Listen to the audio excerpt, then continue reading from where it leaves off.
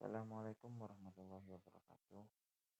Ah, Izinkan kami untuk sedikit memberikan informasi atau sharing informasi terkait hasil penelitian kami yang berjudul Identifikasi Sebaran Ikan Beong Hemipatrus Nemurus berbasis Sistem Informasi Geografis di aliran Sungai Progo, Magelang, Jawa Tengah. Pada kesempatan penelitian kali ini, saya ucapkan terima kasih kepada LPTN PNP Universitas Tidar yang sudah membantu dari segi pendanaan sehingga penelitian kali ini dapat berjalan dengan baik dan terlaksana dengan maksimal. Pendahuluan, kita masuk ke Sungai Progo terlebih dahulu. Sungai Progo sendiri merupakan wilayah sungai yang berada di lintas provinsi, yaitu ada di Provinsi Jawa Tengah dan juga Yogyakarta, di mana selain lintas provinsi juga melintasi 8 kabupaten atau kota. Yang pertama ada Temanggung, Kabupaten Magelang, Kota Magelang sendiri, Sleman, Yogyakarta, Bantul, Kulon Progo, dan yang terakhir di Gunung Kidul.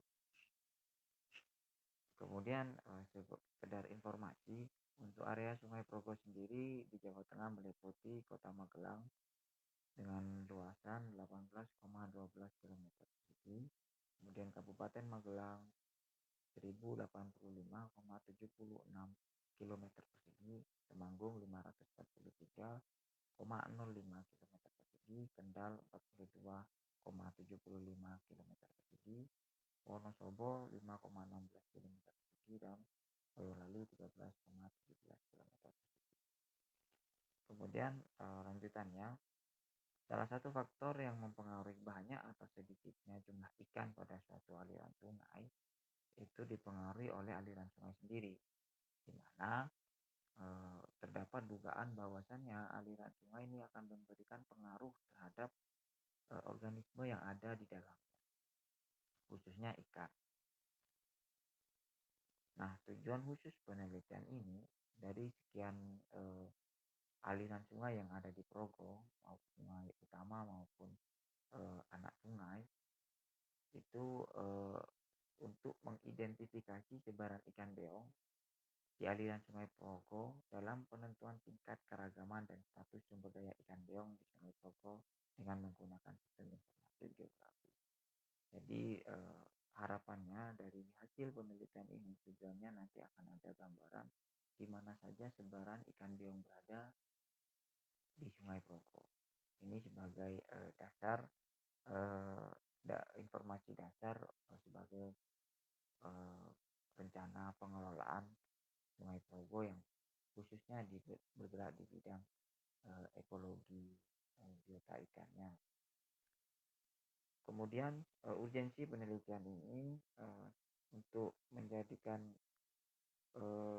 informasi terbaru tentang sebaran ikan beong serta menemukan potensi sumber daya ikan beong yang ada di aliran Sungai Progo. Nah, nanti luarannya yaitu dalam bentuk peta sebaran ikan beong. Nah, ini roadmap penelitian yang sedang kami jalankan, di mana di tahun 2020 kami fokus kepada jenis ikan beong sebarannya.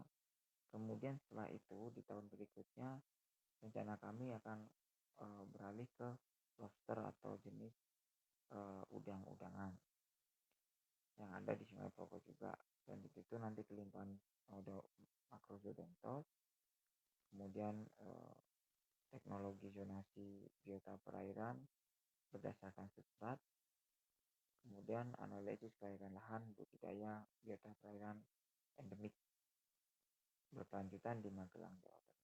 Jadi hasilnya yaitu pengembangan biota air dalam upaya domestikasi di Magelang, Jawa Tengah. Alasan kami untuk sampai di sini karena melihat kondisi perairan atau kondisi sungai di Progo yang sudah mengalami penurunan kualitas, di mana yang berdampak pada turunnya juga biodiversitas ikan yang ada di dalam.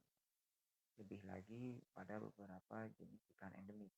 Oleh sebab itu, luaran dari hasil akhir dari roadmap penelitian kami nanti kita dapat mengidentifikasi jenis-jenis ikan maupun jenis udang-udangan yang endemik lokal Progo, kemudian bisa kita eh, budidayakan atau nantinya bisa kita lakukan domestikasi.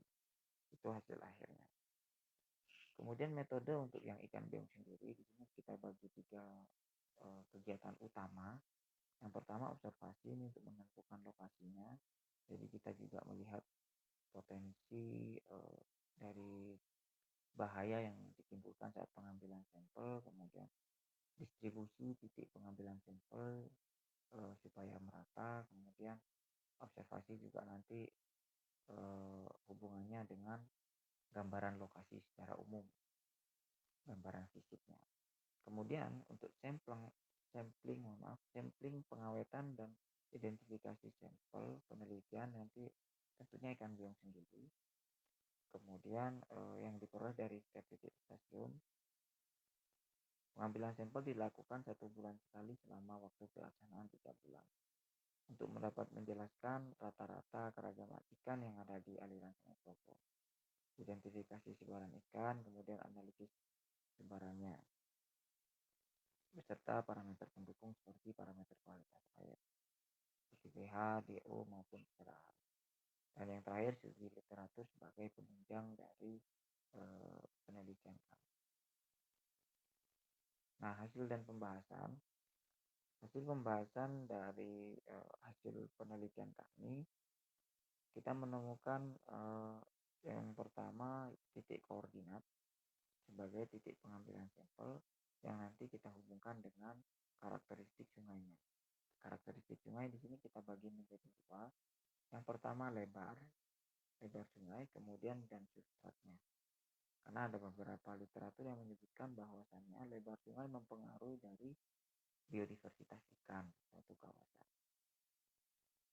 dan juga substrat. Oleh sebab itu di sini kita mengambil kawasan Windusari sebagai stasiun 1 yang disebar menjadi 5 titik nantinya. Oh mohon maaf 4 titik maksud saya. Stasiun 2, Tanjung, Kalinegoro, Progo, Borobudur, dan Meluar. Nah, pada titik-titik tersebut tentu mempunyai karakter lebar sungai yang berbeda-beda. Variasi mulai dari yang paling kecil 18 yang terletak pada Kali Negoro, kemudian yang paling lebar yaitu terletak pada kawasan luar yang mempunyai lebar sungai 70 meter. Kemudian substratnya di sini mulai dari pasir, kemudian ada pasir berlumpur, pasir besi berbatu, kemudian ada juga yang lumpur berpasir, dan yang terakhir lempung berpasir. Itu merupakan karakteristik substrat yang kita peroleh selama melakukan identifikasi karakter sungai.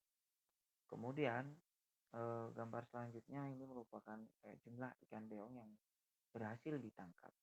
Rata-rata ditemukan paling banyak yaitu pada daerah Meluar dengan jumlah 23 ekor setiap pengambilan sampelnya. Di daerah Tanjung hanya ditemukan 2 ekor, kemudian Kalinegoro 1 ekor, dan di daerah Progo, Borobudur 8 ekor. Ini nanti ada di tabel 2 untuk data jumlah ikannya. Daerah Windusari yang mempunyai karakteristik substrat berpasir ini tidak ditemukan. Hal ini banyak faktor yang menjadi penghambat tentunya selain dari musim. Kemudian yang kedua yaitu alat tangkap yang digunakan. Pada saat melakukan penelitian yaitu pada musim kemarau, di mana menurut jurnal literatur yang kami baca bahwasanya ikan beong banyak muncul di sungai saat peralihan antara musim kemarau dan musim hujan. Nah di situ mulai banyak ditemukan ikan beong di Sungai Progo. Nah untuk yang di Windusari kita terkendala pada alat tangkap kita yang kita pasang 1 hari banyak yang hilang ada 2 faktor. Yang pertama alam dan juga bisa faktor manusia. Nah itu yang menjadi kendala kami kenapa di kawasan Windusari kita